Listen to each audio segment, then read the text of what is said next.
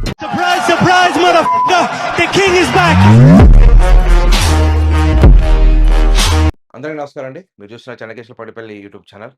గత కొద్ది కాలం క్రితం ఒక ఆవిడ నాకు ఫోన్ చేశారు. ఆవిడ చెప్పిన విశేషం ఏంటంటే, ఆహ్, మా బ్యాంక్ అకౌంట్ ఏదో ఫ్రీజ్ అయిందండి. మేము ఒక హాస్పిటల్‌కెళ్ళాం. హాస్పిటల్‌కెళ్ళిన తర్వాత ట్రీట్మెంట్ అయిపోతుంటే డబ్బులు కట్టాలి అని చెప్పేసి చూస్తే, డబ్బులు కట్టలేకపోయామండి. తర్వాత ఇబ్బందయ్యి మేము వేరే వాళ్ళ ద్వారా ఈ చుట్టుపక్కలోళ్ళ దగ్గర డబ్బులు కొట్టిచ్చాము.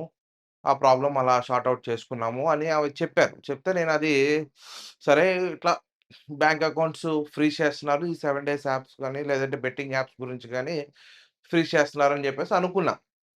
దాని తర్వాత కొద్ది కాలం నడిచింది. కొద్ది కాలం తర్వాత ఈ గత వారం, 15 రోజుల నుంచి కొన్ని రకాల కాల్స్ ఎక్కువయినాయి. ఒక ఆవిడంట వాళ్ళ హస్బెండ్ ఏదో బెట్టింగ్ ఆడతారంట. లెట్టియో, పొట్టియో ఏదో ఆడతారంట బెట్టింగ్స్. దానికి సంబంధించి ఒక రూ. 6,000 ఏదో అతని అకౌంట్‌లో క్రెడిట్ అయినాయంట. క్రెడిట్ అయిన మూడో రోజుకి సైబర్ క్రైమోళ్ళు ఆ అమౌంట్ బ్లాక్ చేశారని జెప్పేసి వచ్చింది. సరే ఆవిడ నాకు ఫోన్ చేశారు. ఆవిడ నాకెందుకు ఫోన్ చేశారంటే, ఇట్లా అమౌంట్ ఇట్లా బ్లాక్ అయిందండి. ఇట్లా సైబర్ క్రైమోళ్ళు బ్లాక్ చేశారంట అని జెప్పేసి దగ్గరలో ఉన్న ఒక లాయర్ కలిసారంట. ఆ లాయర్ గారు ఏం చెప్పారంటే మరి దీని గురించి ఒక 1 వీక్‌లో కాలొస్తుంది. ఎఫ్ఐఆర్ ఫైల్ అయిద్ది. మీరు స్టేషన్‌కి వెళ్ళాల్సుంటది. కోర్ట్‌లో కేస్ అవుద్ది. బిల్లుకి అప్లై ఏంటి బెయిల్‌కి అప్లై చేసుకోవాలి. ఇట్లా అని చెప్పి కొన్ని పెద్ద పెద్ద వర్డ్స్ వాడాడంట. వాళ్ళకిక బుర్ర గొక్కొని ఏం చేయాలో అర్థం కాక ఈ యూట్యూబ్‌లో ఎతకడం మొదలుపెడితే మన ఛానెల్‌లో అంటే రిలేటెడ్‌గా ఉంటది కదా! సరే నంబర్ ఉంది ఒకసారి కాల్ చేద్దాం ఆయన ఏం చెప్తారని చెప్పేసి నాకు ఫోన్ చేశారు. నాకు ఫోను చేస్తే నేను చెప్పాను. అమ్మ మీరు దాని గురించి టెన్షన్ పడాల్సిన అవసరం లేదు. ఎందుకంటే ఇప్పుడు ఈ 7 డేస్ యాప్స్ గాని, లేదంటే బెట్టింగ్ యాప్స్‌లో ఎవరైతే బెట్టింగ్స్ ఆడుతున్నారో వాళ్ళకిలా అమౌంట్ గిన క్రెడిట్ అయితే అది సైబర్ క్రైమ్ వోళ్ళు బ్లాక్ చేస్తున్నారు. అన్‌నోన్ సోర్సెస్ నుంచి అమౌంట్ పడింది అని చెప్పేసి ఒక రీజన్‌తో మీకు అమౌంట్స్ అయితే హోల్డ్ చేస్తున్నారు. అంతే తప్ప దీని గురించి మీరు భయపడాల్సిన అవసరం లేదు అని చెప్పేసి నేను చెప్పడం జరిగింది. తర్వాత మళ్ళీ ఇంకో కేస్. సేమ్ అదేగొచ్చింది. సరే ఈ రోజు రోజుకి పెరుగుతున్న దీని యొక్క విధి విధానం ఏంటనేది ఒకసారి చూద్దాం అని చెప్పేసి బ్యాక్‌గ్రౌండ్‌లో ఎంక్వైరీ చేయడం మొదలుపెట్టా. తర్వాత నాకు తెలిసిందేంటంటే, నిగ్గు తేల్చి నిజాలు తెలిసినాయండి. ఇక్కడ మన ఏపీ అండ్ తెలంగాణలో సరే మిగిలిన రాష్ట్రాల సంగతి నాకైతే తెలీదు. దాని గురించి నేను అనుకోవట్లేదు. బట్ నేను ఎక్కువగా కాల్స్ మాట్లాడేది ఏపీ అండ్ తెలంగాణ. ఒక 10%, 5% తమిళనాడు, కేరళ నుంచి మాకు కాల్సొస్తాయి. ఒక 10%. బట్ ఏపీ అండ్ తెలంగాణలో నేను ఎంక్వైరీ చేస్తే చాలా మందికి ఇదే ప్రాబ్లమ్ అనేది జనరేట్ అవుతుంది. సరే దీన్ని నాకు తెలిసిన వాళ్ళు నా ఫ్రెండ్స్ బ్యాంకింగ్ సెక్టార్‌లో పనిచేసే నా ఫ్రెండ్స్, అలాగే నాకు కొద్దో గొప్పో సపోర్ట్ చేసే డిపార్ట్‌మెంట్ వాళ్ళని అనుసరించి నేను దీని గురించి బ్రీఫ్‌గా ఎంక్వైరీ చేయడం మొదలుపెట్టా. మొదలుపెడితే ఏంటంటే, దీని మీద కంప్లెయింట్స్ రైజ్ చేస్తున్నాయి. ఎవడైతే ఇప్పుడు మనం ఒక బెట్టింగ్ యాప్ ఆడుతున్నాం అనుకోండి. బెట్టింగ్ యాప్ ఆడుతున్నప్పుడు మనం కొంత అమౌంట్ అనేది గెలుచుకున్నాం అనుకోండి. ఆ అమౌంట్ అనేది మనం బ్యాంక్‌లో విత్‌డ్రా పెట్టేసుకుంటాం. ఆ బ్యాంక్‌లో విత్‌డ్రా పెట్టిన తర్వాత ఏమవుద్ది ఆ బ్యాంక్‌లో క్రెడిట్ అవ్వంగానే వెంటనే వాళ్ళు cybercrime.gov.in అనే ఒక వెబ్‌సైట్‌కెళ్ళి మన అకౌంట్ పైన వాళ్ళు ఏదో తప్పుగా మేము అతనికి డబ్బులు పంపించాము అని చెప్పేసి కంప్లెయింట్ రైజ్ చేయటం ద్వారా ఆ బ్యాంక్ అకౌంట్స్ అన్నీ ఫ్రీజ్ అవుతున్నాయి. ఇది చాలా మందికి తెలియని విషయం అన్నమాట. మీరు బెట్టింగ్స్ ఆడుతున్నారు. బెట్టింగ్స్ పోగొట్టుకోవడమే తప్ప రాదు అనటానికి ఇదొక నిదర్శనం. నిజంగా ఏదో ఒక రూ. 6,000 వచ్చినాయంట ఒకతనికి. ఒక కుర్రోడికి రూ. 2,000 వచ్చినాయంట బెట్టింగ్స్‌లో. పోదెంగింది చాలా ఉంది. పోదెంగిన దాని గురించి ఎవడికి ఆలోచన లేదు. వచ్చింది ఆ 2,000, 3,000 అయితే అవి వాడుకోవడానికి కూడా దిక్కులేదు మళ్ళీ. అవి సైబర్ క్రైమోళ్ళు ఫ్రీజ్ చేశారు. ఎందుకు ఫ్రీజ్ చేశారంటే ఎవడైతే అమౌంట్ కొట్టాడో, ఏ బెట్టింగ్ యాప్ నుంచి అయితే అమౌంట్ వచ్చిందో వాడే రివర్స్‌లో కేస్ పెట్టాడు. అంటే వాడంటే వాడు డైరెక్ట్‌గా పెట్టడండి. ఇప్పుడు థర్డ్ పార్టీ సోర్సెస్ నుంచే మనకి అమౌంట్ పడుద్ది.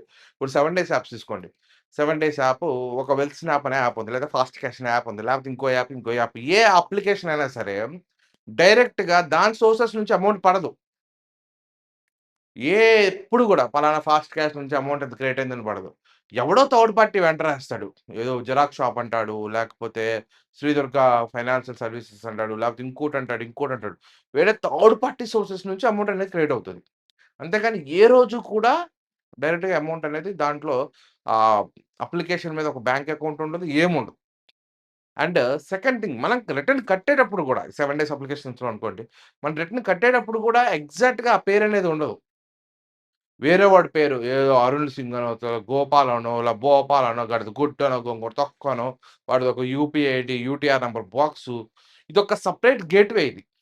ఇదే గేట్‌వేని యూజ్ చేసుకొని పనిచేసే బెట్టింగ్ యాప్స్ చాలా ఉన్నాయి.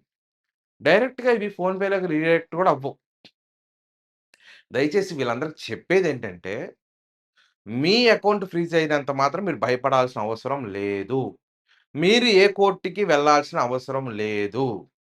అదెందుకు బ్యాన్ చేస్తున్నారంటే, ఎవడైతే మనకి అమౌంట్ ఏసాడో వాడే కంప్లెయింట్ రిజిస్టర్ చేస్తే, ఆ అమౌంట్ వరకి హోల్డ్ చేస్తారు.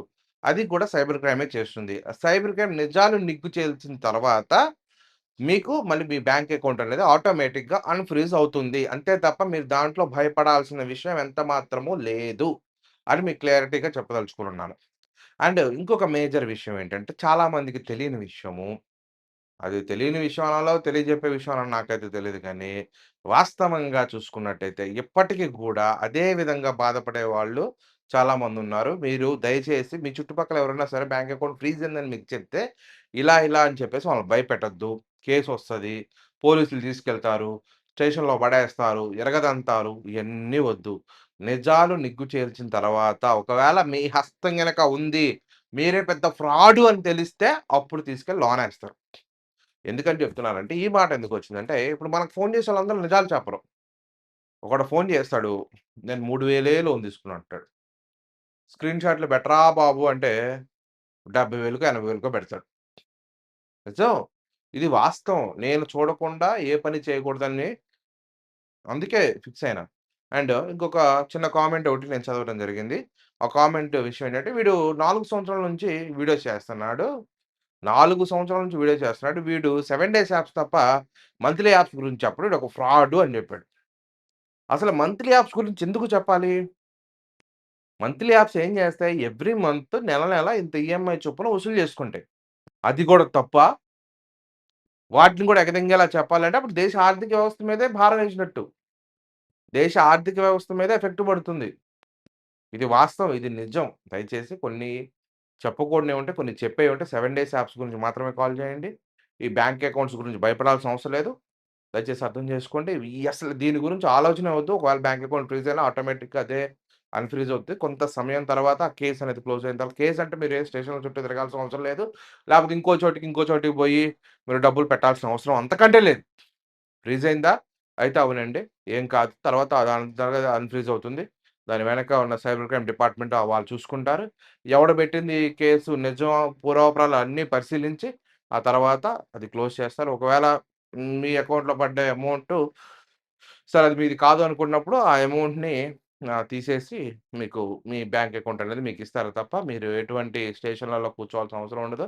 జైలుకెళ్ళాల్సిన అవసరం ఎంత మాత్రం ఉండదు. దయచేసి అర్థం చేసుకోండి. వీడియో నచ్చితే లైక్ చేయండి, షేర్ చేయండి. Thanks for watching and thanks to all. జై హింద్.